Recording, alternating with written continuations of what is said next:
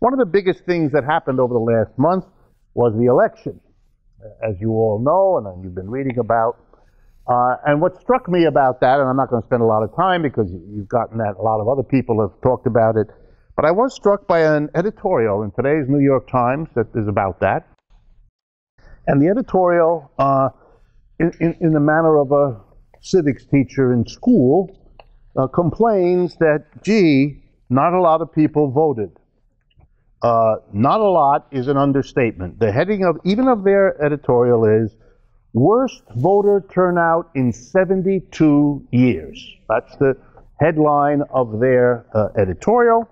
And they begin to show that in 43 states, that's out of a total of 50, less than half the eligible population bothered to vote.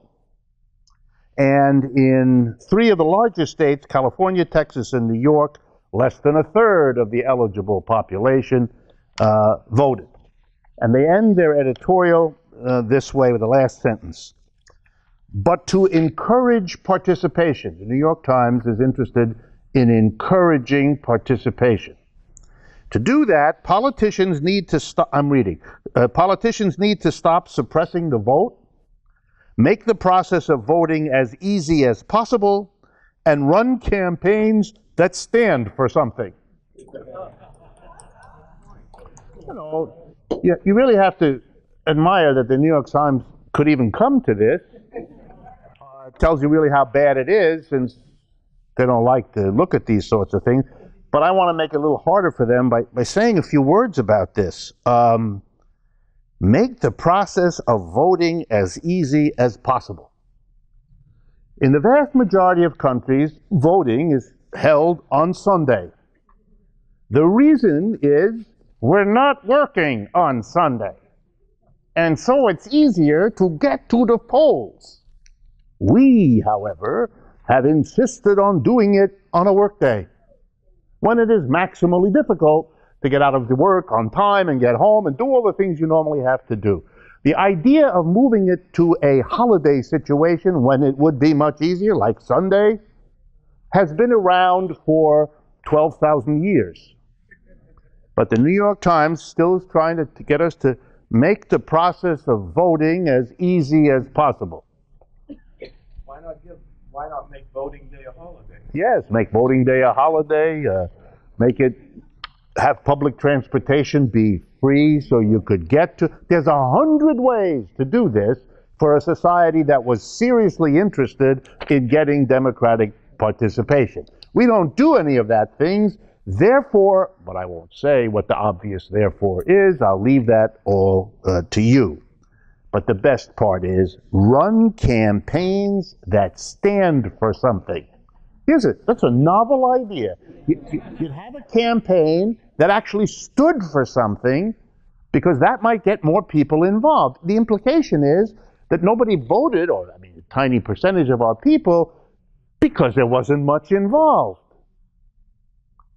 Well, but that's a position, isn't it? I mean, that's not an oversight. It's not something that somebody forgot to come up with something to stand for. That's the point of our elections, to have nothing to stand for. It is, if you think about it. A, it gets an awful lot of people to stop paying attention. It's not that they just don't vote, but if you're not going to vote and you never have voted, what point is there in reading that part of the newspaper or listening to that part of the TV program that goes into these questions, because you're not involved, you're not interested. So after a while, you don't vote because you don't know. But you don't know because you're not interested. Because you're not interested because you don't vote. Now this is called a vicious cycle that leads directly into the bottom of the toilet. And is that an accident? Is that something? I don't think so. I don't think so. I think it's also interesting that the issues that people talk about in the weeks and months leading up tend to be issues that are precisely those that don't matter so much. I mean, I understand if you've given up, that the elections never talk about what really matters. You know, your job, your income, the health and welfare of your children. I mean, the things that matter, then of course you write them off. You don't expect it anymore. We don't have that in our elections. I mean, it's hot news for the New York Times, but the rest of us have kind of already noticed it doesn't matter much. So why do you go? You go because you kind of do care about whether you can have only one gun at the back of your truck or 6.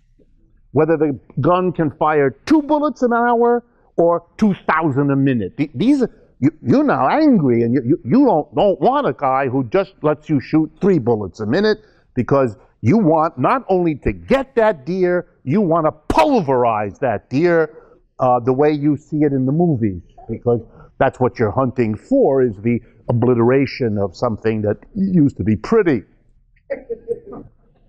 Well, you do that, or here's another one.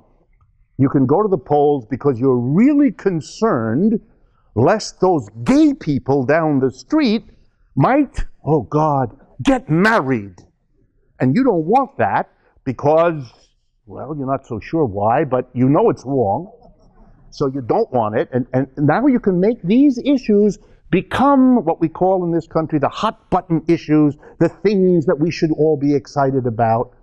And so the polls begin to be the places where those concerned about guns, those concerned about gay marriage, those, you know them all, these issues, that becomes the election. And that deepens the alienation of all those people who kind of thought, because they had a good civics teacher 8 million years ago, that it was supposed to be about these important things, like the future of the country, or the gap between rich and poor, big issues. But there it becomes crystal clear that it doesn't matter. See, I don't find Americans to be remiss. I'm offended with this talk of you should be more responsible. What are you talking about? The reaction of the American people is deeply understandable. Why should they participate in this? Why should they? And here it becomes particularly poignant in the current situation. Barack Obama roared into office because he promised hope and change. And an awful lot of Americans believed him. They hoped that the hope and change would happen. And they gave him the benefit of the doubt, and he won. And he won big. And he won big against all the forces that were arrayed against him ever since. They were arrayed against him already the first time. They lost. They couldn't stop him, which amazed everybody, him too. Right? All of us kind of were amazed, right? With a black American in the president. Who could have imagined it, right? And then he had a chance, maybe a better chance than others, because it was such a breakthrough that he had achieved and the people around him. And lots of Americans were willing to go far because they were caught up in it. Remember the pictures of the first inauguration and the people, Jesse Jackson crying and all the rest of it. Genuine. I don't question the genuineness of it. That was a real moment. And now the question was, what are you going to do with this? Well, we just saw what happened to it. It evaporated. It disappeared. The hope was beaten down, and the change never came. You can't hardly blame anybody. There's no particular one who's at fault this way or that. There were honest efforts on the part of Mr. Obama. I was at one myself, where he said, he would have liked to do a lot more, but there wasn't the support from below. There was, of course, support from below. It was called Occupy Wall Street. And the response of the president to this movement from below was to smash it. It was to smash it. I mean, it's very hard for the same president to say, I would have done it if there was movement from below, and then not to have done anything to help the movement from below build. I mean, you really can't have it both ways, but that's the effort. And there he's not different from other politicians who try to turn it all to his own advantage. But the situation is grim, and it does not bode well for the economy. Because really, to be honest, with the exception of a few last-minute remarks, the fundamental issues that all the polls show Americans are very concerned about, the growing gap between rich and poor, I mean, what difference did it make? Let's really be honest. Very, very little. Race after race, it didn't really matter. In the few cases where people actually could vote on something that would help poorer people, they voted the way we would like them to. In Berkeley, in Oakland, California, in those two cities, the votes for the raising the minimum wage were overwhelming. 73% was the majority of raise the minimum wage in Berkeley, 88% in Oakland. So that's an amazing kind of thing. And there were other states. There were 6 or 7 states where the minimum wage was raised. So when people had a chance to do something minimal as that is, to raise the minimum wage, they went for it, and they went for it big. But there was nothing of the national sort, and in most states, no opportunity to do anything like that. And so there was really no reason to get terribly excited, and the American people showed it by staying away. One more thing. There's, in a sense, a silver lining. Come on in. There's a silver lining. Because for those of us that are interested in making change in the United States, there is a sense in which the vast majority of Americans who didn't vote kind of are a natural constituency for us to think about. Maybe if we give them something to vote for, and a belief that we're not going to be like the average politician. And let's remember, every president in the last dozen has come into office promising not to be like all the others, and proving within a short time that he is like all the others. But it tells you something, that the way you get to the American people, make them pay attention, is to promise not to be what they're used to having. The irony is we who are politically further away might have an easier chance of getting people to believe we really are different because they've already figured it out, and maybe therefore the benefit of the doubt might come our way. At some later monthly update, we'll talk more about such dangerous things. Okay, a couple other items. It's absolutely not covered in the United States, but in much of the rest of the world, and here in this country too, but it just gets no coverage, there is a movement to abolish national debts. There's even a committee called the Committee to Abolish Third World Debt, the debt of Asian, African, Latin American countries, because this debt, in case you're not familiar with it, is an enormous burden. Now think of it this way. In a country in Latin America or Asia or Africa that has borrowed money year after year for a long time to keep itself afloat, to keep the schools open and the hospitals running, as well as to have their military and so on, but they borrow money, they now have to do something that a country without debt doesn't have to do. A country without debt says, okay, we're going to have our people producing these goods and consuming the goods that they produce, more or less. But a country with a debt doesn't do that. It has to produce a bunch of goods, and then before it distributes anything, it has to take a big chunk of what it's produced and hand it back as interest and debt service, which means as the debts get larger, more and more of the product of a society is not available to its people. The job of the people is to continue to produce it. They have to go to work, but they don't get to consume it because it has to be paid in a debt. Now, often the debts were contracted by dictatorships, by unpopular governments that were not elected, by shenanigans and corruptions of all kinds. So the movement has developed in many third world countries. Why should we now, for the foreseeable future, be stuck with an enormous poverty problem? Not because we're not good at producing, we are. But we can't consume what we're producing because we have to pay debts. Now the situation gets uglier when you discover that the places to which the poor countries of Asia, Africa, and Latin America have to pay the debts are to the rich countries. And there's something in most human beings' brains that says, let's see, we got the rich people over here, we got the poor people over there. There's something wrong if the poor people can't consume what they produce in order to send it to where the people already are rich. Something is wrong here. Now, you don't get this in the American newspapers because we are not a poor country. We're at the other side. Yes, ma'am.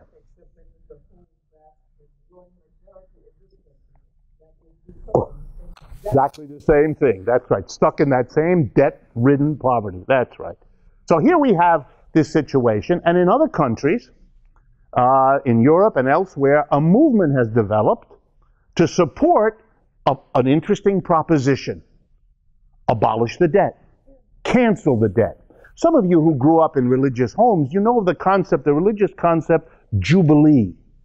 Comes out of the Bible, and I don't know, I can't keep the different religions straight. They get fuzzy in my mind, but anyway, one or more of them have this idea of Jubilee, and it's very old, and the idea goes something like this, that in order to prevent our country from falling apart, our community, which will happen if some people become very rich and the others become very poor, to avoid that, every 20 years, 30 years, it varies by each religion, we kind of, get ready, cancel all the debts. So the poor people who are really laboring under a debt kind of get freed of that, and the rich people discover that what they thought was going to be income coming from the poor isn't coming anymore. Most major religions think this is a great idea. Now, you might not have heard that in your local church, but that's a problem with your minister, not with the religion. Okay? And you might want to talk to him or her about it and make enemies that way. But in any case, and please don't tell them that I told you about this. Not being a regular churchgoer, or for that matter, even irregular, their point is, you know, you want to be careful about this. Anyway, this movement around the world, it has a committee that is now an international organization, a committee to abolish third world debt. And there's a French economist named Eric Toussaint, Toussaint. In English, I don't know how to kill it the way English people do, Toussaint, or something like that, who is a very wonderful economist, writes about this all the time. And he wrote an article recently that I found so arresting that I wanted to tell you a little bit about it as one of our short updates. He poses the following question.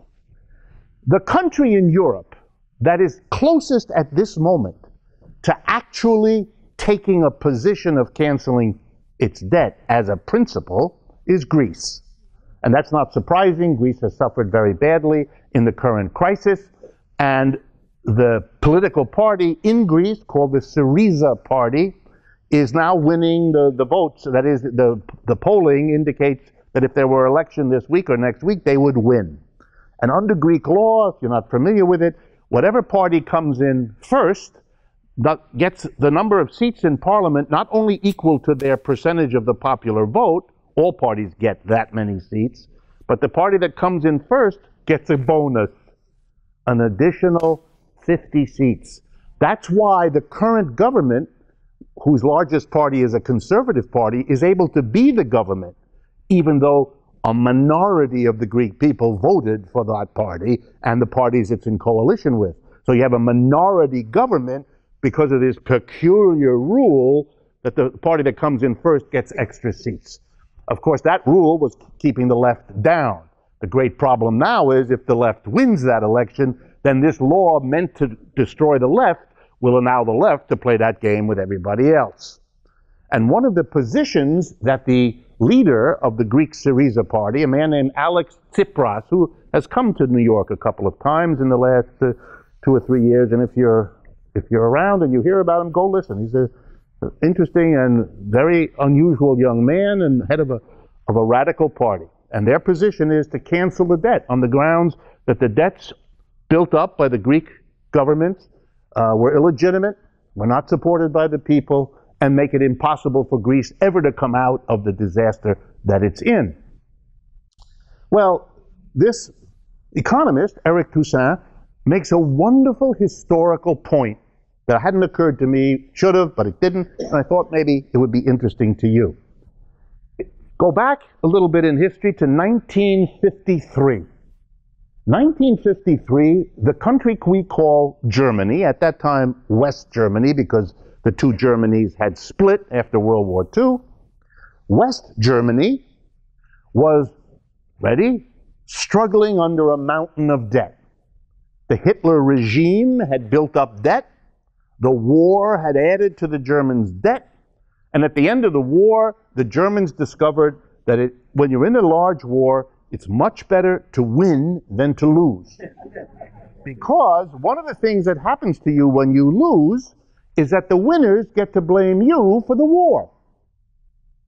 And the reason they're interested in blaming you for the war is they can make you pay for the war, which cost them a lot of money. So the Germans got to pay by a huge debt for the war waged that defeated them. So they got to pay after being defeated for the costs of being defeated. If this sounds strange, welcome to international politics. But at the same time that the successful powers, chiefly the United States, Britain, and France, put this enormous debt on Germany, they had another problem. The problem was that the United States, after World War II, realized that their close buddy and ally, the Soviet Union, in the war against Hitler and Mussolini and Japan, turned out, when you looked a little more closely, not to be a friend, to be, in fact, a mortal enemy. Okay? So we had to shift gears. It was hard for a lot of Americans. It's sort of like watching a player who's always been your favorite and then realizing, oh no, he's not the favorite, he's the bad guy, and then you have to remember who's got what jersey on, what colors you're. It was a mess for Americans, but thankfully we had a government and a big business community that really went to work to clear that up for us so we could understand who the enemy was. The enemy was the Soviet Union. And what's near the Soviet Union? Germany. And it wouldn't be a good idea, with a Germany already split east and west, if the Germany was in terrible trouble, suffering, staying in poverty because they had to pay a debt. That wouldn't be very smart. That would be weakening a country right on the border with the Soviet Union, which wasn't our goal at all. So in 1953, a conference happened in London. Get ready. And what happened at the conference? France, Britain, and the United States abolished the German debt. Why is this interesting? Because today, when we're talking about Asia, Africa, and Latin America under a terrible burden, this is an unthinkable thought. This is not to be taken seriously. This is a weird and wild idea. You could never have. We did it. We did it. We did it. If I had time, I'd go through all the conditions of the Germans were allowed to do all kinds of things. Not only did they pay much of their debt was simply forgiven, but they were allowed, for example, to pay their debt in their own currency. At that time, the Deutschmark, the German mark. Whereas today, the International Monetary Fund requires third world countries to pay in what's called hard currency. Swiss francs, euros, dollars, Japanese yen, but not their own currency, because nobody wants to take the chance. Germany's currency was a very sometimes thing, but in order to help them, well, the story is simple, right? When it was important for the United States to have a strong bulwark against the Soviet Union, all the things that are now unthinkable turned out to be not only thinkable, doable, and they were done. It's a very useful thing to think about. And while I'm on the condition of Germany, I didn't know we would have some German guests, which I'm happy to welcome, but I wanted to talk about it as well. Over the last several weeks, some of you may have noticed a great deal of hoopla in the press. I mean, it was more in Europe than here. It was the 25th anniversary, 9th of November, that the Berlin Wall fell down in 1989. So you count the years, it's 25 years from the end of the Berlin Wall. And so there were loads of editorials and so forth, and wonderful how freedom was returned to the world because the wall wasn't there anymore. People could cross, and East Germany and West Germany shortly thereafter were reunified into one country. And this is celebrated like, I don't know, the arrival of spring or something like that, as a wonderful thing. And so I wanted to say a few words because there's some economic lessons in all of this. First, so that we don't spend a lot of time on it, there seems to be widespread agreement that the East German regime was not charming, that it was oppressive, that civil liberties, civil rights were minimal in that society, They had a very famous internal police authority known as the Stasi, and that they spied on everybody. And we Americans, as you know, we are very sensitive about having the government spy on us.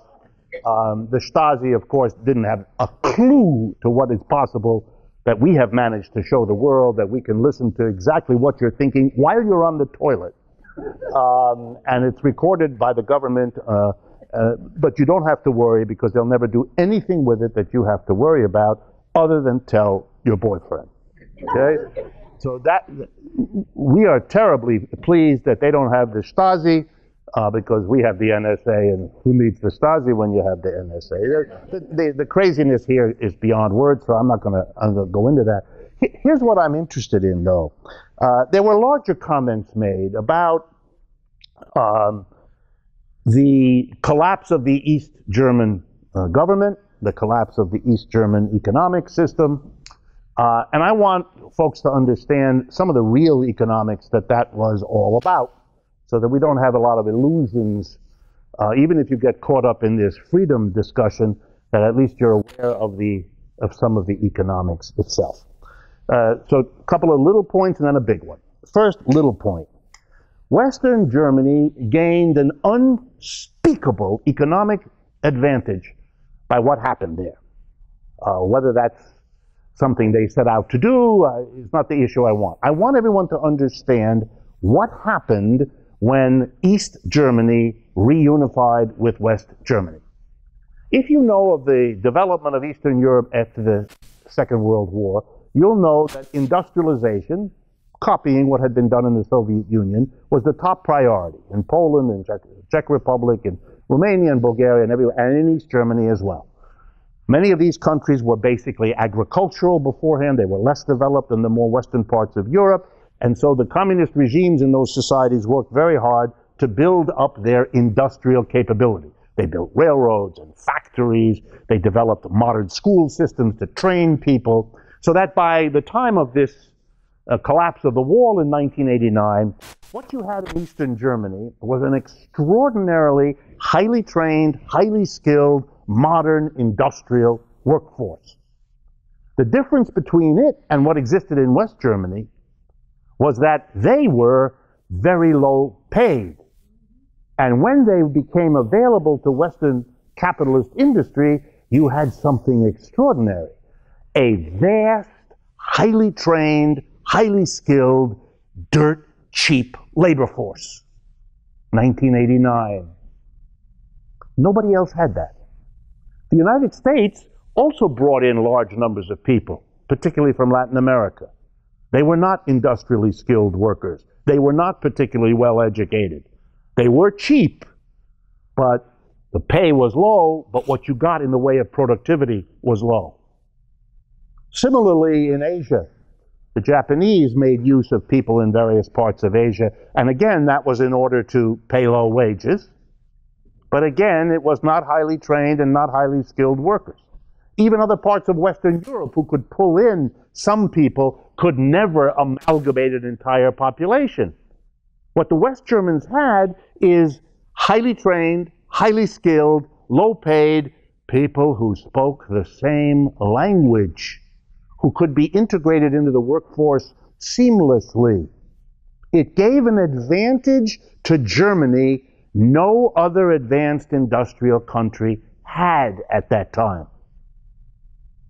Now, there may be a link between that and the fact that since 2000, that economy that has done best in the West is Germany, outstripping everybody else in terms of being hit by this crisis in 2008, bouncing back, suffering a decline of unemployment right through the whole thing, something the rest of us look at with jealousy. So reunification did something for the German economy that has to be understood, transforming its capabilities. And those are still, that integration of the two economies is still going on. Number one. Number two, it also meant that Germany, by this reunification, becomes a powerhouse economy. Hugely, big increase in its population, big increase in its industrial capability, and it does so at a time when economic difficulties are afflicting the rest of Europe, putting the Germans in a position to take advantage. And partly because they get such an inflow of cheap labor, the Germans don't have to raise prices the way they are raised everywhere else in Europe. And what that does is to create a peculiar economic development. Everywhere in Europe, prices went up, particularly when the euro replaced the old currencies at the end of the century. But in Germany, they didn't have to. Because they had the cheap labor, because they had a kind of a agreement between unions and the government and big business, they have it very well worked out in Germany, they were able to keep the prices from rising the way they did elsewhere in Europe. And so everybody else in Europe began to buy the relatively cheaper German goods. And the Germans could export everywhere, and it was at the expense of the producers in most of the other countries, places like Greece or Spain or Italy, and on and on and on. These were advantages that were crucial to giving Germany the position it has today. Economically, unification of Germany was an unbelievably effective boost to the German economy at the expense of the other European economies. Now, that benefit doesn't last forever, and the Germans are now increasingly having difficulties because they've gotten about as far with this as they can, and so now the general problems of Europe are becoming Germany's problems too. Last thing, many of the editorials about the fall of the wall talked in glowing terms about how the fall of the wall was the failure of, oops, I can't do that with my microphone. The failure of the wall was the failure of East German communism, East German socialism, and that the failure of East German socialism, given what happened in Poland and all those other countries, is a sign of the unworkability of socialism. And you remember, some of you were around, you can tell from your hair color, back in 1990, and there were all those discussions about the struggle between capitalism and socialism is over, capitalism won, socialism lost, et cetera, et cetera. And so I wanted to say a couple words about that, because I think that's a mistake, just a mistake historically and analytically, and one that is easy to kind of show. And the way I'm going to show it is by looking back in history. Because what the East Germans, and for that matter the Poles and the Russians and all the rest of the Eastern European socialist experiments, what they always said, by the way, was that they were efforts to construct socialism. Here in the United States, words like socialism and communism, as I'm sure many of you have noticed, are dealt with as synonyms. Socialism, communism, Marxism, anarchism, and now some additions, Muslim, it's all the same, you know? It's all the same. Terrorist, you know, you throw in the, you understand.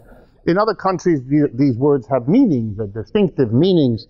So, for example, in the United States, one calls these countries communism. The countries themselves said that they had never reached communism. Communism was something they hoped they could get to in the future. What they had was socialism.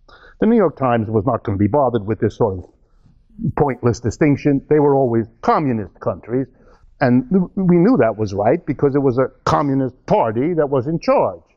The idea that you could have a name of a party, which didn't necessarily mean that it was the country that fulfilled what the party stood for, this complex idea exceeded the capacity of editorial writers across this great nation. In any case, they all called themselves socialists. So what they thought they were involved in was a transition from capitalism to socialism. Like there had been an earlier transition, say in Europe, from feudalism to capitalism, right? We all know, I'm not going to take the time, we all know that up until around the 16th or 17th century, for 1,000 years in Europe, they had something called feudalism. And most of the people were either serfs, that was the majority, and lords. The lord lorded it over the serf. It's where that word comes from. And the lord in each little rural area was the guy in charge, the guy you worked for. You were just a serf. That was the vast majority, and the guy who told you what to do was the lord. There, of course, is some connection, I wouldn't know what exactly, but some connection between the lord being the guy who told you what to do in the village, and the one in the sky, who for some reason got the same name. You can think about that, but don't think too long, it'll get you upset. Okay? So, in any case, feudalism. We had feudal manners. There were no workers, and there were no jobs, and there were no wages. Those things didn't exist. In many cases, no markets existed. People lived in a little area, and the members of the village divided up the work and the produce, and the lord presided over all of it. And then that system dissolved. It broke down. And what happened was, there were some new kinds of relationships that emerged. Not the relationship between a lord and a serf. If you ever study that, you'll know that a serf is born into a serf family. If your mother and father are a serf, you're a serf. You know, you don't pick your own job. There were no schools. You don't go to school to get a degree. There was none of that. You were a serf if your folks were a serf, and you were a lord, likely, if your folks were a lord. Particularly if you were the eldest son who inherited everything. If you were the second son, you would go into the church or become a soldier or run away and join those weird people in the woods that we now celebrate as Robin Hood. But those were the runaway serfs and the second and third sons, because they had to live by stealing, because the system had no place for them. You were a serf and you were a lord. When that system begins to break down, people find that they can't survive in that arrangement. They can't get enough water, they can't get enough grain, whatever it is, and they ran, it just so happens, those of you know the history, they ran into the towns. And in the towns, these people became desperate because in the town there's no place to grow your food, and you're not really legitimate because you're not a serf and you're not a lord, you're a runaway from that. So they developed a new relationship. Some people in the towns, who had been merchants particularly, had accumulated some money. And they came up with a great idea. They went to the people who runaway serfs, who had no way to live, and they said, you know what?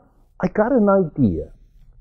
I'm going to give you some of the wealth I've accumulated, and you'll be able to survive.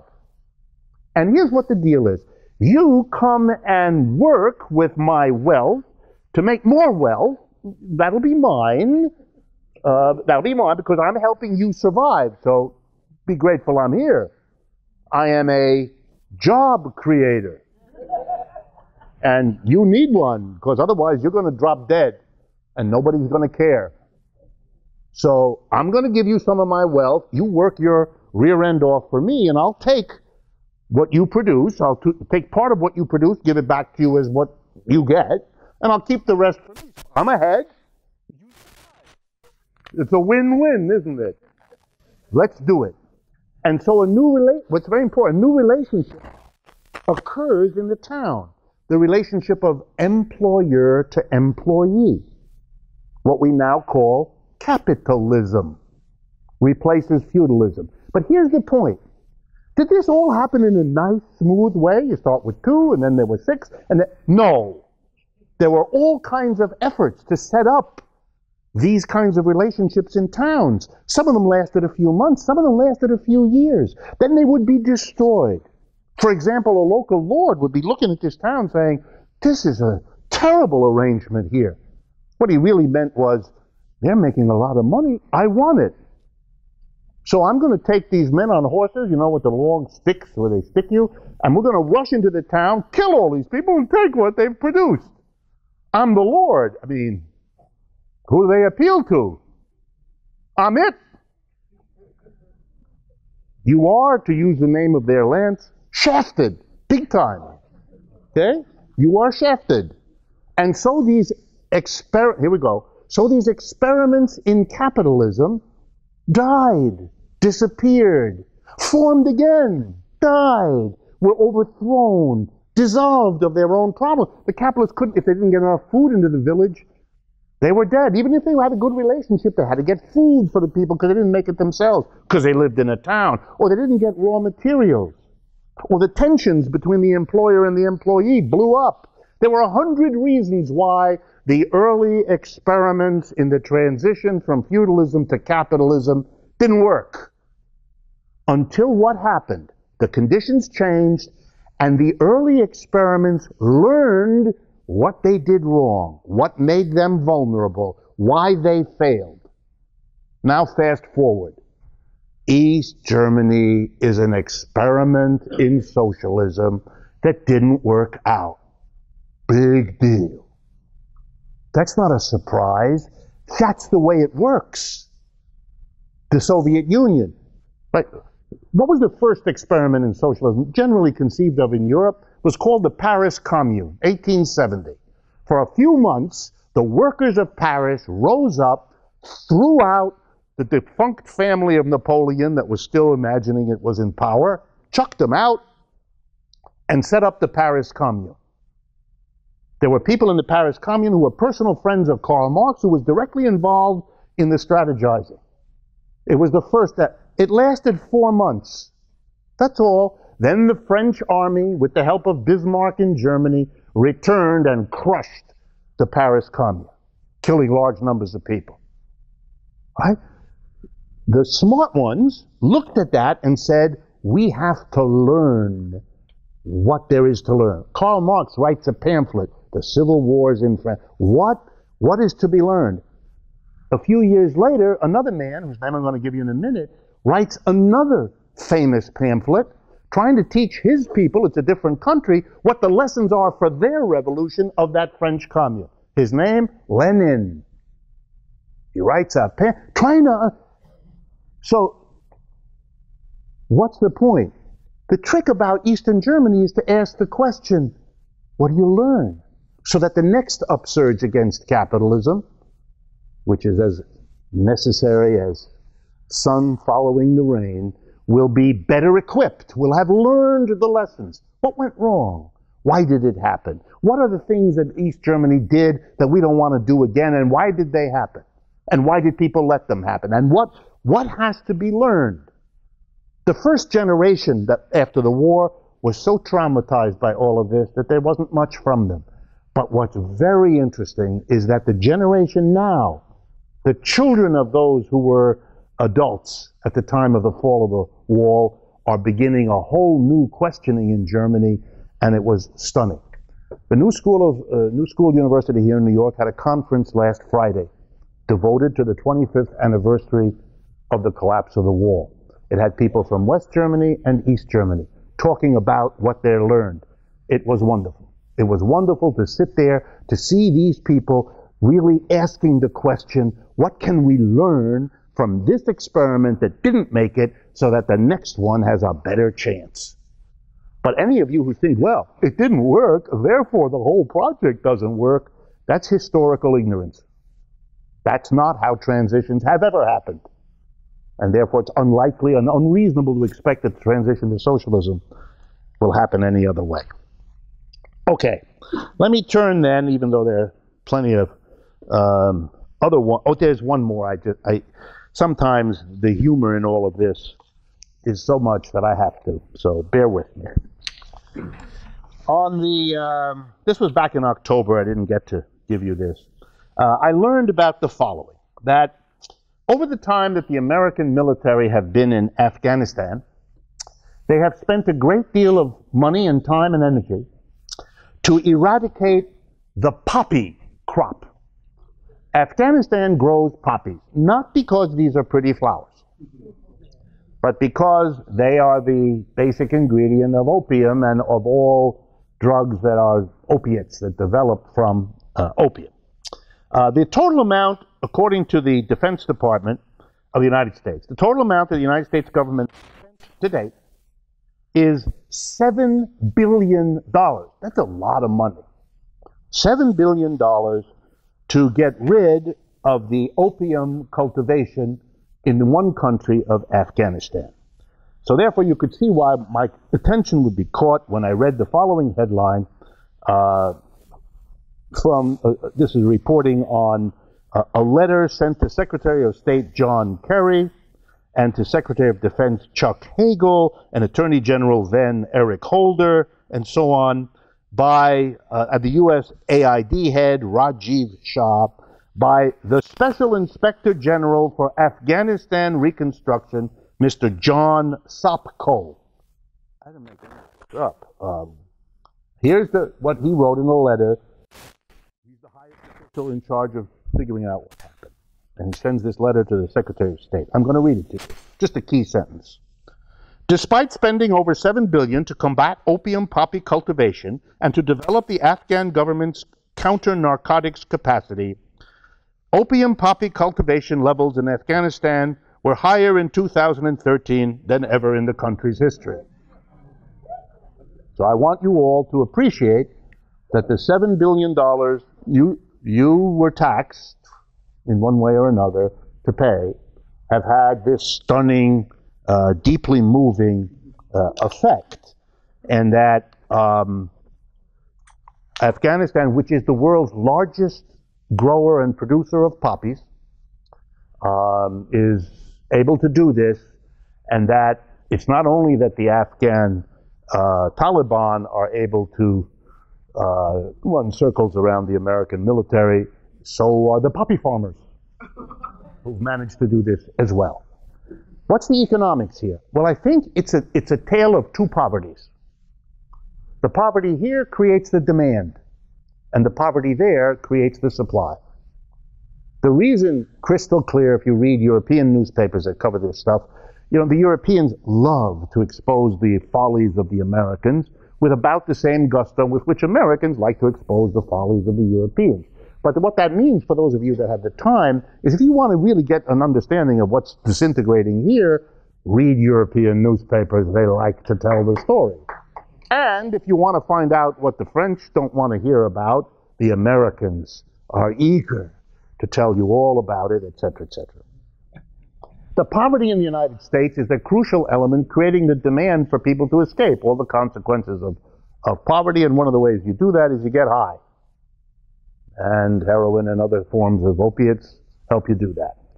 And the farmers in Afghanistan are all crystal clear. There's not the slightest mystery. The American government said, you must not grow poppies. To which the answer was, what the hell do we do then? That's our product. That's our crop. The American government hadn't thought that through. It just wanted them to stop. To stop growing poppies, if that's what you grow, is suicide. By some weird decision, the people of Afghanistan decided not to commit suicide. And they went on and grew the poppies, which is how they made a living. And the United States plan, $7 billion down, turns out not to have worked. But don't worry. The United States program against poppy cultivation in Afghanistan has not been stopped. It's continuing. And the officials in charge tell us that they expect to have even more success in the future along the lines of their success in the past. And my guess is they will. They will. Okay. Is it true that the Taliban reduced the poppy crime? In some areas, yes, because they are against it for religious and other kinds of reasons, so yes. But, you know, the bottom line is if you're going to take away the crop upon which people's lives depend, either you give them something else or you're not going to succeed at this. Since we had nothing else for them, since there was no budget appropriation for that, since the leaders in our country know that drugs are terrible and they're going to act against them, then everything's going to work out. Yeah, it worked. You see how it worked. And it's also a good lesson to remember that when a president or a general or any one of these characters gets up and speaks with those round syllables about the policies of the government, if you take that seriously, then you need help. I can't provide that help, but my wife, who's a psychotherapist, and my daughter, they can. They can. I can't, but they can. Okay. I want to take some bigger topics and talk about them in the time that we have. The first is this big topic, but I think it's manageable.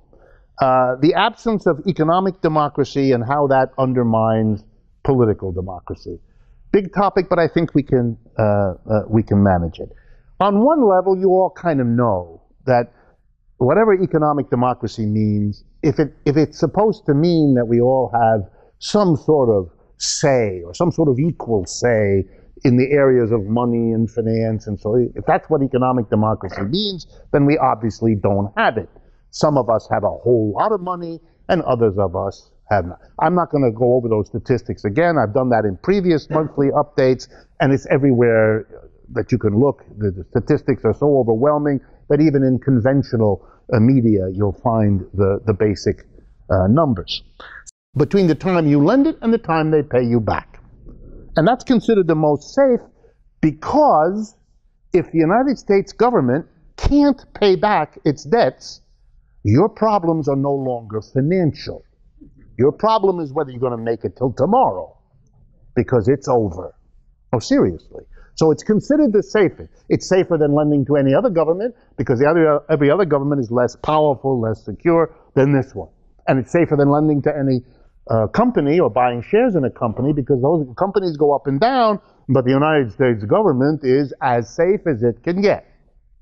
If you could lend to, then maybe that would be a better investment, but we haven't figured out quite yet how to do that, although there are people working on it. Okay? So if Mr. Gates took his $80 billion and lent them to the United States government, at current rate, he'd get about 3%.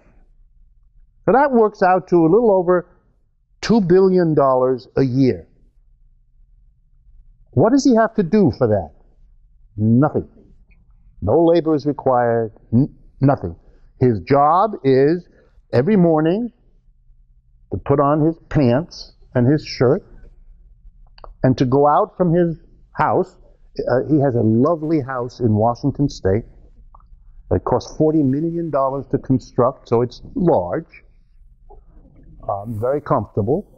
And he puts on his pants and he goes out the door to the mailbox. He has one of those rural mailboxes, you know, on a piece of wood that you pull open the little handle, and he reaches in and pulls out 2 or 3 very fat envelopes, inside of which are checks from the United States Treasury paying him the interest and the return of his money. So if you have 80 billion, then you're going to get 2 billion more a year.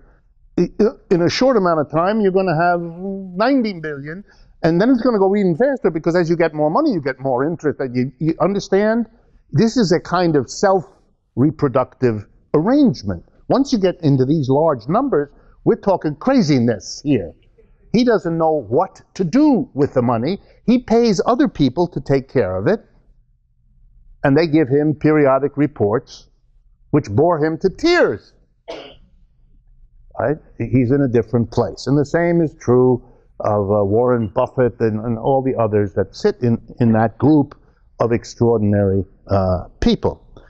Okay, so if you have a society in which a tiny number, relatively tiny number of people have an enormous amount of wealth, here's what happens. First, those wealthy people are acutely aware that the vast majority of people around them aren't wealthy. Oh boy, do they understand that. And that makes them lose sleep at night, because they understand that it's likely that those people are envious or jealous or bitter and are probably thinking about ways to get it away from me and maybe hurt me in the process. And then they remember that they live in a society that has universal suffrage. Everybody votes. And then it occurs to them one dark evening when they've had one cognac too many, it occurs to them, whoa, all the people who don't have anything, they're the majority. And they might use their voting power to undo the inequality of wealth that pisses them off. They might pass a law to tax the crap out of me. Or they might pass a law to take away the money I have that's earning me so nice.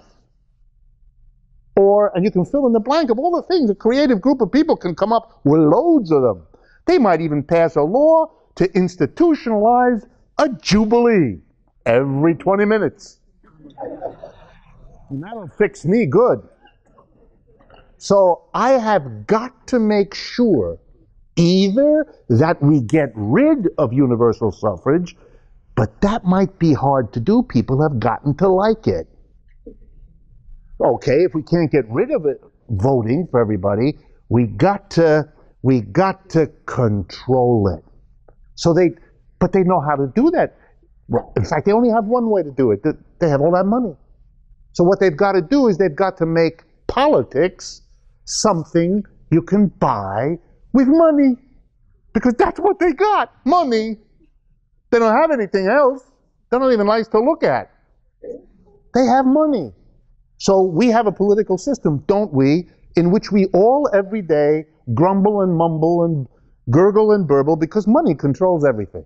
You can't run for anything unless you have millions, and it's clear who they are. I mean, we watch, what's that fellow, the Adelson, the Las Vegas character, throwing money, allowing that extraordinary gentleman from the South to run for president every 15 minutes, Newt Gingrich, who exists because Adelson funds him, and then when Adelson decides not to fund him, we all forget who Newt Gingrich was, which is clearly an advance for the society. But in any case, we see that one of the effects of non-economic democracy is to make a joke out of our political democracy because they buy it, don't they? And you can see why. It's not secure in their hands if they don't. This is not an option, a choice. This is a necessity, or else they're going to lose it. They're right, too. Of course they should do that. But we don't have an unequal economy because we have a screwed up political system. It's the other way around. Our system works the way it does because that's the only way this kind of inequality can sustain itself, can survive.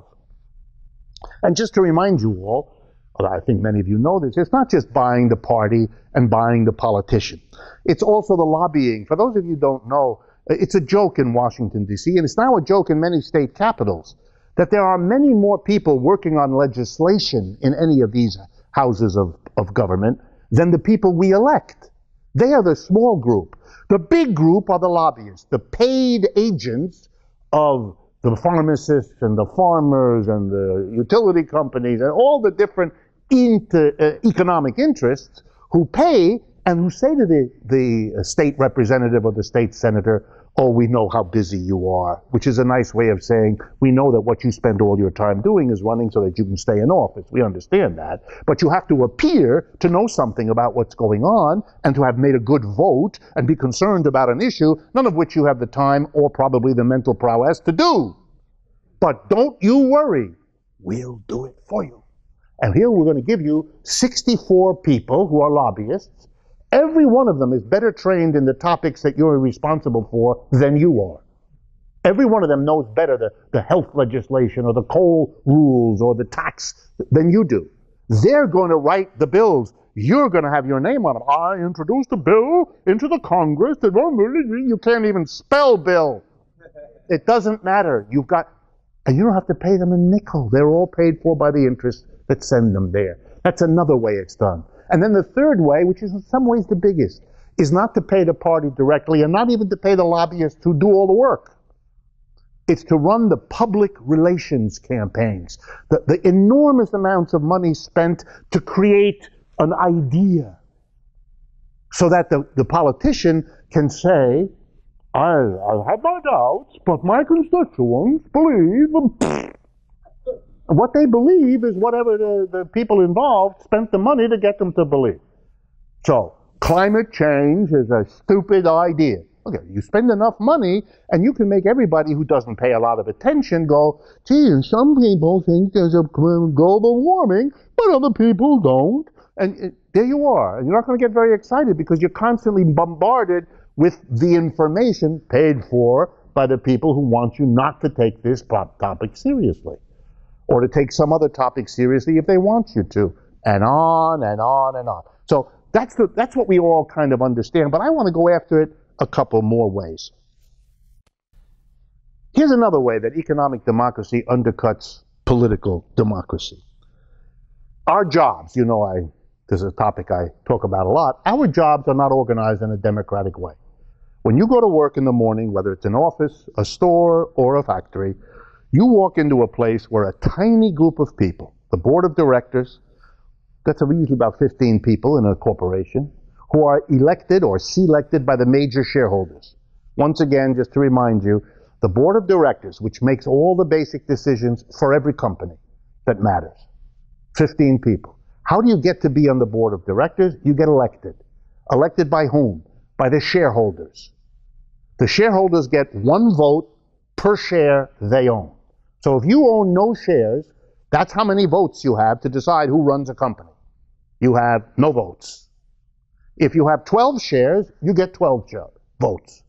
If you have 212 million shares, you get 212 million votes. 1% of this country owns 2/3 of the shares. That's the 1% who controls who gets on the board of directors. You have 11 shares of General Motors left to you by your great-grandmother when she died. And I'm happy for you. But your influence over General Motors is the equivalent of mine, and my grandmother had no shares for anybody. Okay? Tiny group of people decide who's on the board of directors. That's why I want to tell all of you that are considering a career of making it to the board of directors, buy lottery tickets. Your odds are better. Right? Okay? Now, that means when you go to work, you enter a fundamentally undemocratic place. You do what you're told. You arrive 9 o'clock. Why? Because that's what you were told. And you sit over there. Why? Because that's what you were told. And you work with this machine because that's what you were told. With this piece of paper because that's what you were told. With this job in mind, with that's what you were told. And at the end of the day, at 5 o'clock, you were told, go home, leave whatever you produced here. You may have poured your brain into it and your muscles and your creativity, but it's not yours. You did it. No, you don't get it. Go home. And back tomorrow and do it all again. You schmuck. But we leave that out because we don't want to hurt your feelings. We want you to come back and do it again tomorrow. Okay? You have no power at all. Who decides if the factory you're working in or the office closes? The board of directors. You live with the consequences, which is you don't have a job. You don't have a place to go. What is your power? If you don't have shares, which the vast majority of workers do not have in the companies where they work, then you have no power at all. You live with the consequences, but you have no power. If they decide to use a technology that's very loud and messes up your ears, you're free, which means you can quit and go to another place to work. That same lack of democracy will exist. You have your choice of undemocratic workplaces. That's it. That's why it's so important to feel that you are free. Yeah, sure you're free. Right? So that's a fundamental undemocratic system. And now why is it undercutting political democracy? Because at work, office, factory, or store, that's where most people spend most of their adult lives. What are you talking about? As soon as you're finished with your education, you go to work. Monday to Friday, 5 out of 7 days, the best hours of the day, you're in a fundamentally undemocratic place. And it's driven home to you every day in countless ways. What kind of a democratic political system can exist like this? My view is none. What you're doing is you're actually training people to have no belief in democracy, to have no expectation of democracy. Because that's what you're doing every day. Of course, when you go home to work, you don't from work and you're in your community, your home, your neighborhood, do you think about, let's see, what would be good for our neighborhood? How should we, you don't think like that. Those are not your questions. Those are the questions for the people who run the business. They're the ones who think about what should happen. You just come and do your job and then go home. And go home and get a beer and sit down in front of the TV and shove 2 big pieces of pizza into your face and then go to sleep so you have the energy to do all this fun again in the morning. There's no training for democracy in the community. Of course people aren't democratically motivated. They don't know the first thing about how to run a community because they're never allowed to run the place where they do their work. If we had worker co-ops, if we had an organization of business that was democratically run so that every worker had the responsibility, not just the right, but the responsibility to make all the big decisions. If the board of directors was the whole collection of workers. So you work Monday to Thursday, but Friday when you come to work, you don't do your normal job. You sit around with all the other workers and you decide what to produce, how to produce, where to produce, and what to do with the profits. Because that's what a human being should do. If you did that on the job, you'd be training people for the kind of participatory management that you ask of them in the democratic society. The New York Times wouldn't have to wonder why people don't care about voting, because they're not involved in making any decisions about how the world works. They're fundamentally excluded from it most of the time in most of their adult lives.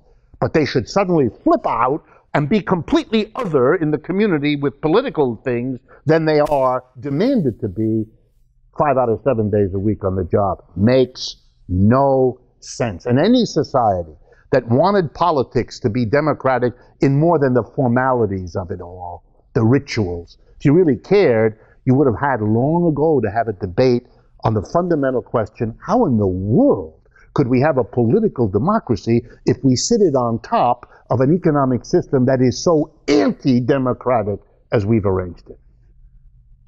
There's no way out of this.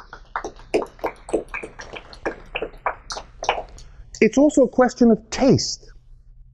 You know, people who become, tell you in a personal way, people who become heads of big corporations tend to go to certain schools in this country. It sort of reproduces itself. Some of you know them, Andover and Exeter. I don't know if many of you know what those words mean, but those are famous private schools. And those schools are set up for people who know that they want to be the folks who run the businesses, and they know it because they come from the families that already do, more or less. Every now and then, they get trained, they go then to Harvard or Yale or Princeton, and all that. And periodically, these schools make a mistake. They accept into their ranks the people who didn't come from where they're supposed to. They often do this with an enormous amount of patting themselves on the back for their enormously liberal approach of having others come in. You know, the diversity gambit or something else. So, turns out in my life that even though my folks had nothing, I went to Harvard. And when I finished, I went to Stanford. And when I finished there, I went to Yale. Jeez. 10 years of my life in these strange institutions. They were strange for me because I knew real early on, in that deep way one does, that I didn't belong there. But they didn't figure it out, and I wasn't going to tell them. So I stayed there. And I learned something very interesting. That the few like me, we worked very hard for the first 2 years as undergraduates, because that's what we'd been told. My parents told me, you know, your only hope is to do well in school and get good grades, and that's how you'll not be stuck in the dead-end kind of jobs we got. So I was really pressured. Get out of here. So I worked real hard the first 2 years. It took me 2 years to notice that most of the other guys didn't do that. Starting early Thursday, they began to drink. And they kept drinking right through Sunday. And I admired that. I admired that because I didn't do that. And they weren't worried about it. I would have worried myself. I'm not studying. I mean, unthinkable to do that. But they didn't worry about it. So their jobs were, and they kind of had a certain gentlemanly style. I admired it. It wasn't just that they had those tweed coats with the leather patch on the elbow. Even though the leather patch was put on a portion of the tweed that hadn't begun to wear out, not even a little bit. It was a leather patch put there because it was a leather patch, but not because anybody needed it. I didn't have this problem because I had no tweed coat. And I would have gotten a leather patch if I'd had a tweed coat, but I didn't have one. And I worried about it, but they didn't. And I realized after a while that they didn't because they had the taste, the kind of the upbringing. They knew they were going to work in the company somewhere. You know, it might not be exactly where they would want, but that, you know, they knew. The mass of workers also learned something, which I could see. The mass of people realize pretty early, even if they don't admit it to themselves, that they're not going there. Now, some get it sooner, some take a longer time. We all know that. It's hard to face that for some people. They really want to believe that there's some sort of meritocracy, that if you work hard or if you're smart, you're going to get there. And I hate, I have it in my classes all the time, I hate to explain to my students that this is silly. It's too hurtful. I mean it. It's too hurt. It's too painful. They want to hold on to that hope, and there's something beautiful about trying to hold on, even there's something pathetic at the same time, since it's such a crazy idea. And I learned that these wealthy kids, these well-prepared children, they were going to be good at running a business because it really has nothing to do with skill. It has to do with a sense. You have to understand, running a business is a little like certain kinds of people go into a fancy store on Fifth Avenue. You know, you can go in that store, but you kind of know. You think people are looking at you. You think the floor manager may have his eye on you. You better not even think about what you might want to do there. Whereas there's another person comes through the door who acts like he or she has been there all her life, for whom everybody else is a servant. And she's going to pick which one of you is going to be lucky enough to take care of me.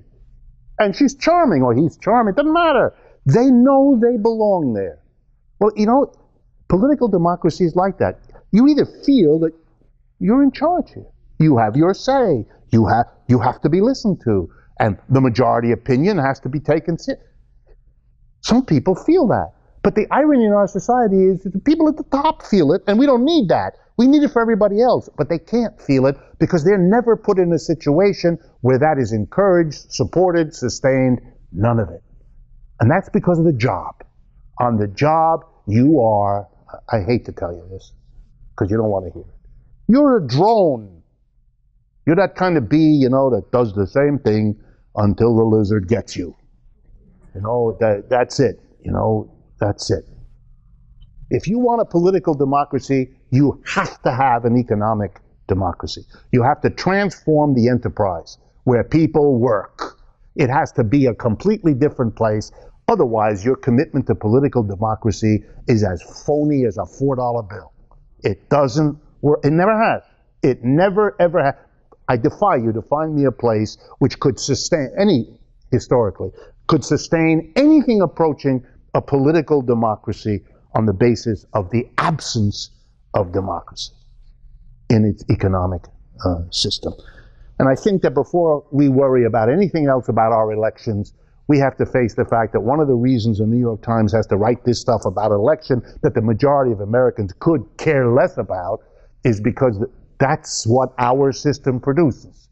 Our system produces a majority of people who don't care, leaving the election to the whoever can get people excited about gay marriage and 27 other issues, put them together in a combination, make a kind of joke out of Gramsci's insight about hegemony by crafting together a collection of people around secondary issues whose purpose is to put on the theater of political participation, because the reality is utterly unattainable in a society as economically undemocratic as this is. The only thing worse than this is to see a country go around the world, bomb the crap out of people in the name of bringing them a democracy when it doesn't have one here.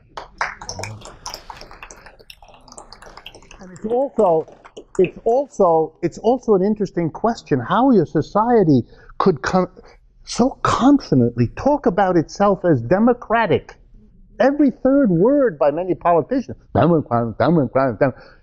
the place where we spend most of our adult lives, I want to drive that home. The workplace. That's where we spend most of our adult lives. Never has been organized democratically. If you have a commitment to democracy, the first place you'd institute it would be where you work, because that's where you spend your time. We've always exempted the workplace.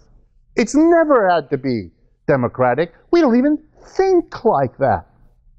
That's the most effective control of democracy imaginable. When you make large part of society exempt from democracy, and the people who have to live under those circumstances can't even have the thought of what it is they're actually living every day.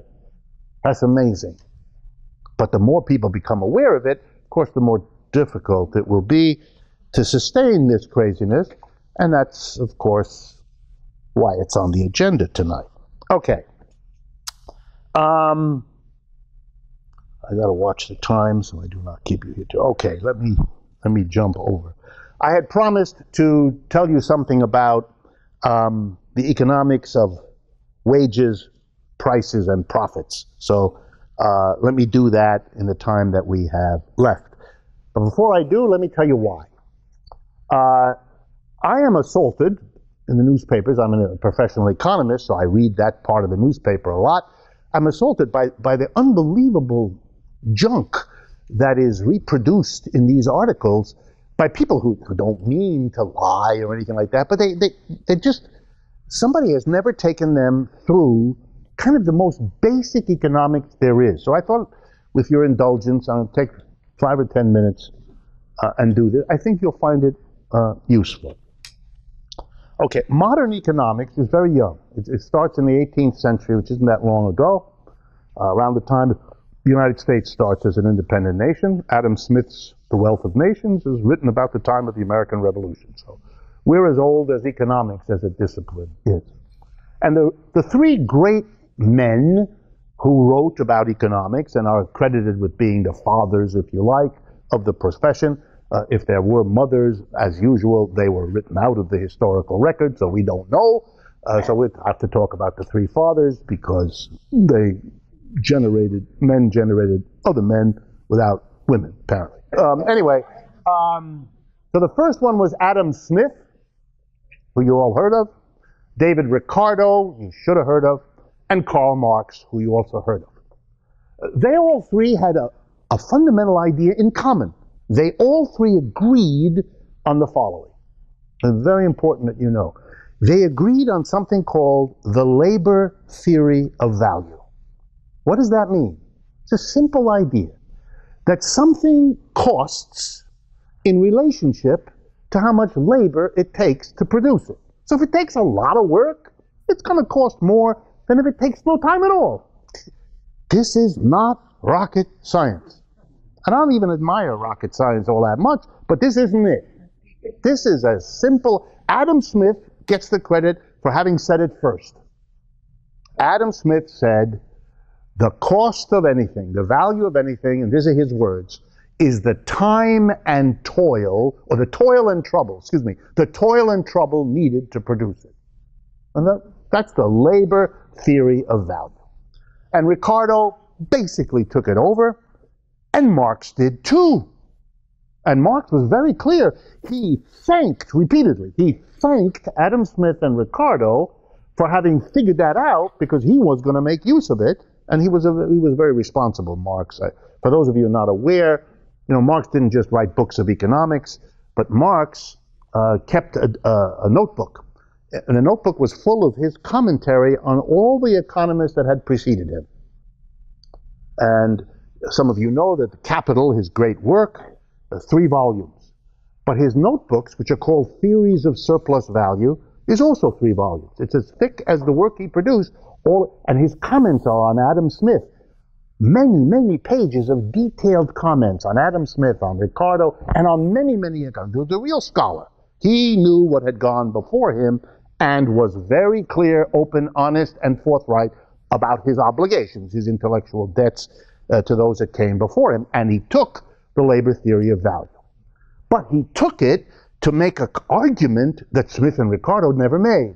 Because Smith and Ricardo loved the capitalism they were theorizing. They liked what they were analyzing.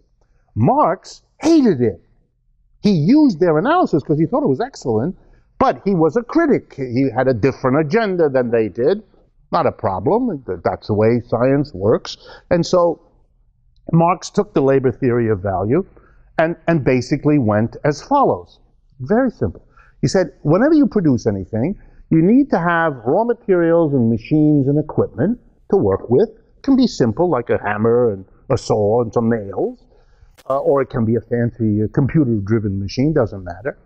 And it took a lot of labor to make all those things, the raw materials, the machines, and so forth. So part of the cost of producing anything is the labor needed to produce all your means of production, all your equipment, all your raw materials.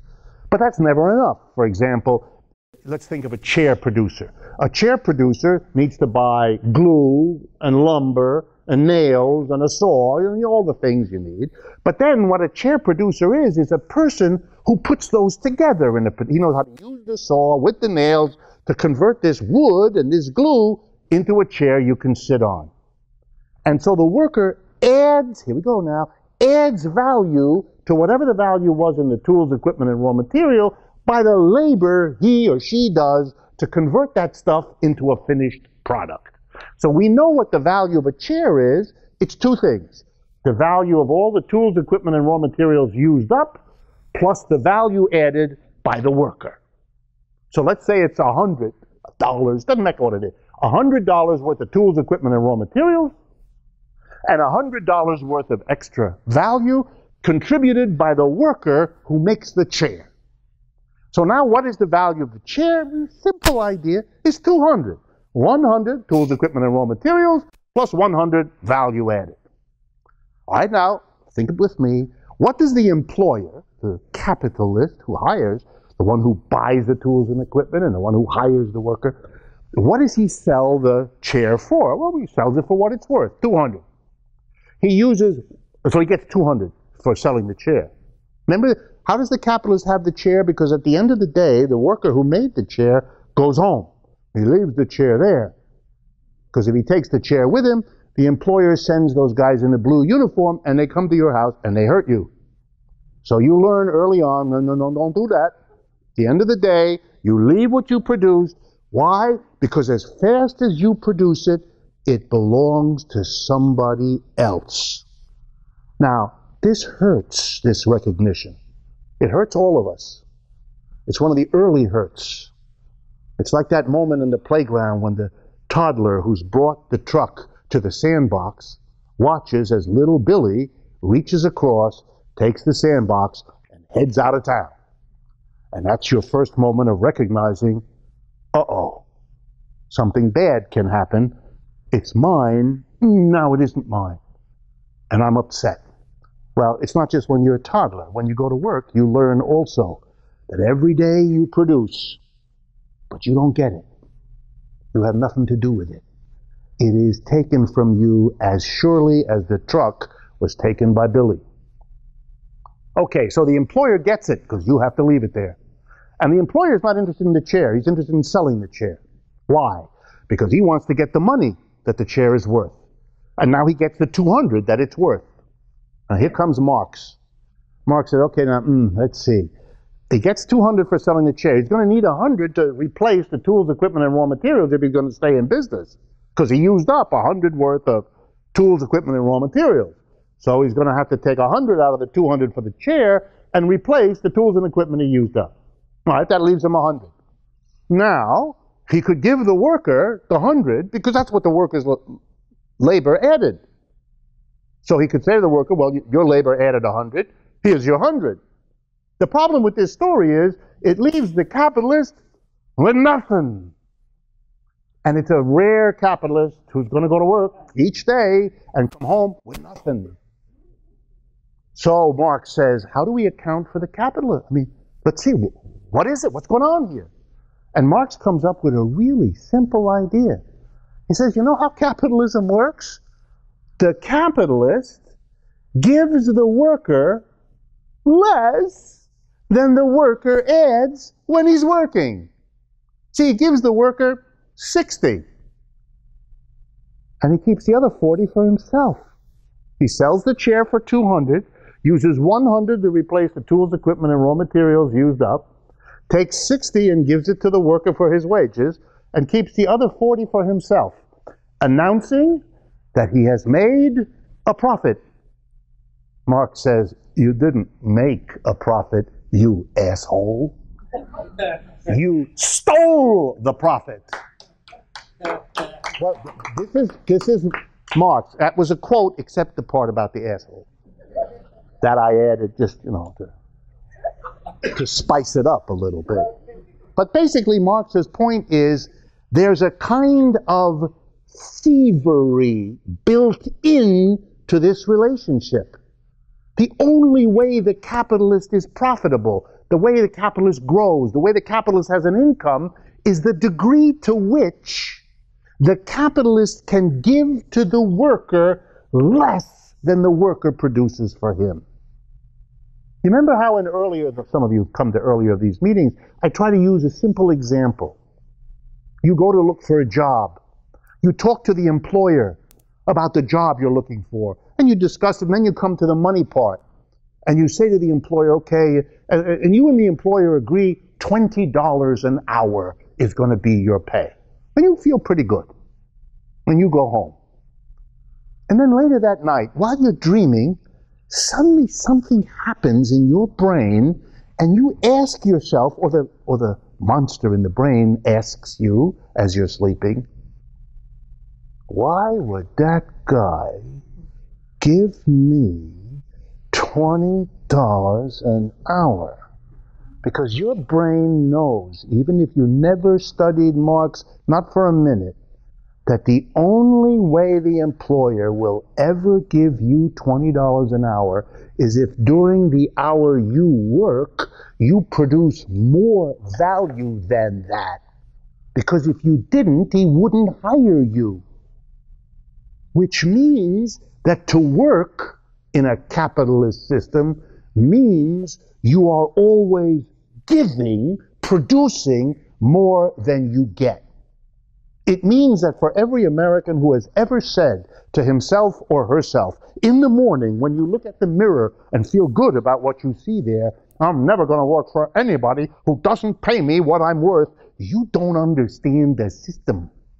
You are never going to get paid what you're worth, because that's how this system works.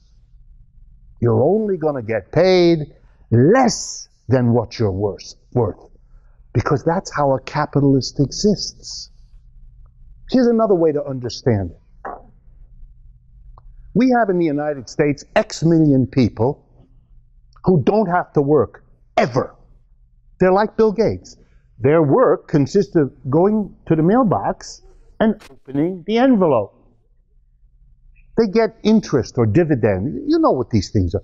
These are people who consume lots of stuff, but who don't work at all. Okay, now here comes high mathematics.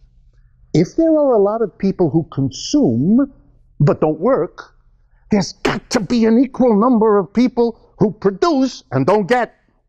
Because the only way people can get without producing is if some of the producers don't get what they produce, so it's passed to those who don't work and get. You got that?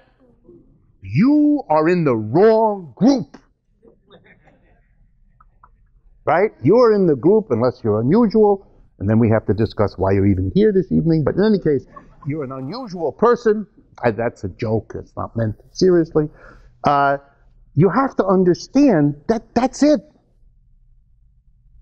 The way people get wealth who don't work is because some of the product of the people who work is not given back to them. It's transferred to those who don't work. And we have a system that reproduces this year in and year out on a spectacular scale.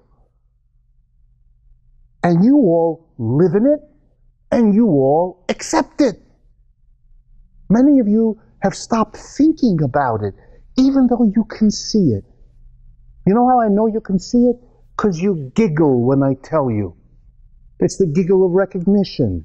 You know what I'm saying. Yeah, this isn't hard. You get it. You follow it. It isn't complicated. So why, if it's straightforward and it isn't so complicated, and it really does talk about your situation, why are so many of you looking at me with a giveaway face that you never thought of this before? That's the power of ideology. That's the power of and it's not that this or that idea, it's not that what your school teacher told you, or your minister told you, or your Aunt Tilly told you. It's all of that. It's all of the ways we grow up that makes us not see, makes our heads sort of not take in what we're actually seeing, and seeing day in and day out. The proper debate in this country should always have been, how in the world can we justify what we do ideologically and politically, given the economic foundation upon which this all sits? Marx had a term for it. If you have a system in which people produce wealth that is automatically somebody else's, that's called exploitation. By the way, exploitation isn't about whether you treat another person nicely or not. That's a language problem, not for Marx. You can treat, some of the people who exploit you treat you beautifully. They smile, they wish you happy birthday, they help your kids, they pat your dog, all of it. But they also rip you off in the production process. No one ever discusses it, but you know it's happening. It's a little bit like that compliment from your friend, which you smile about, and 2 steps down the path, you realize that person just sent a dart right up your You didn't quite get it at that moment, but you realize that compliment wasn't. That compliment was whatever the opposite of a compliment is. That was an insult. But it was clever. She had the smiling compliment, and you didn't figure out the insult until she was in the next town. But we have that in economics. And so here's my last thing that we have time for today. The stuff that I do here, I thought you might be interested in this. The stuff that I do here each month, just give me a minute.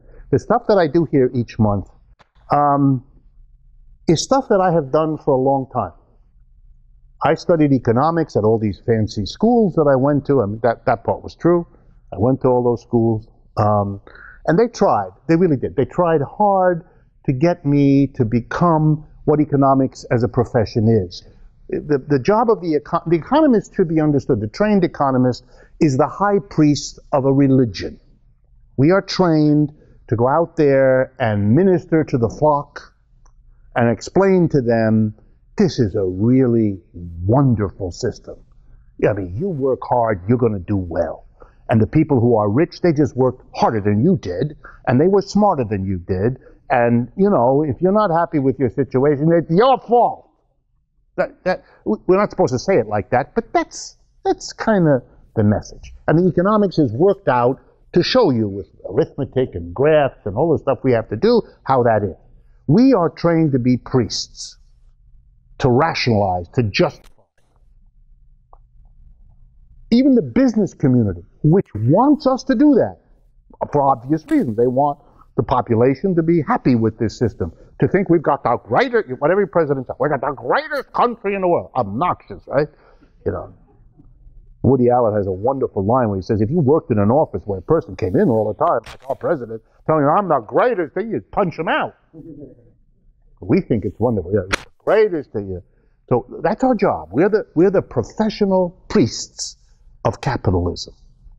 Even the businessmen who like that we're doing that, we're making the system acceptable, have gotten over the years very irritated that we're so busy being ideological teachers that we don't teach people anything useful about the economy. We're useless to, they need people who know about marketing and advertising and personnel development and all those other things about business, which we don't, by the way. Economics doesn't know anything about that. So they said, you know, it's great what you're doing with the ideology, but you're useless for practice. So we need another economics department that will not bother with the ideology. You're doing that great, but will actually teach people, you know, how a business works. And we have that in America. Every university has 2 departments of economics. One is called the Department of Economics, the other one is called the Business School. It's the same thing. Other disciplines don't have 2 departments. I mean, philosophy is philosophy. There it is. Sociology and biology. But economics, there's another department with another name doing what the first one used to think he was supposed to do. Very messy. That's how we do it. We're just priests but it's worked real well. We have in fact trained people to believe. And those are the people that are writing the journalist articles in the newspapers that you read.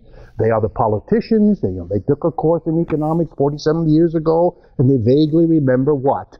That capitalism is a wonderful system, so they say that. But the truth of it is, even we, trained that way, we're always able to understand if we did a little work. This didn't work. This didn't, whoops. And then some teacher would give us marks or something like that, and we'd read, oh, all this was left out. And you would raise your hand to the teacher, and this happened to me repeatedly, and I'd ask this question, and the teacher would look at me. The teacher didn't understand what I was talking about. And it wasn't that the teacher was hostile. The teacher had no idea. And I discovered, as other students did, we're going to have to learn this ourselves. They have no clue. They're so lost in being good priests and priestesses of this religion that the idea that there could be another way of looking at it absolutely didn't occur. So I became this kind of other. And I've been saying these kinds of things. It's not new for me. I've been doing this for years. But here's the thought I really want to leave you with. In the last 3 years, everything has changed.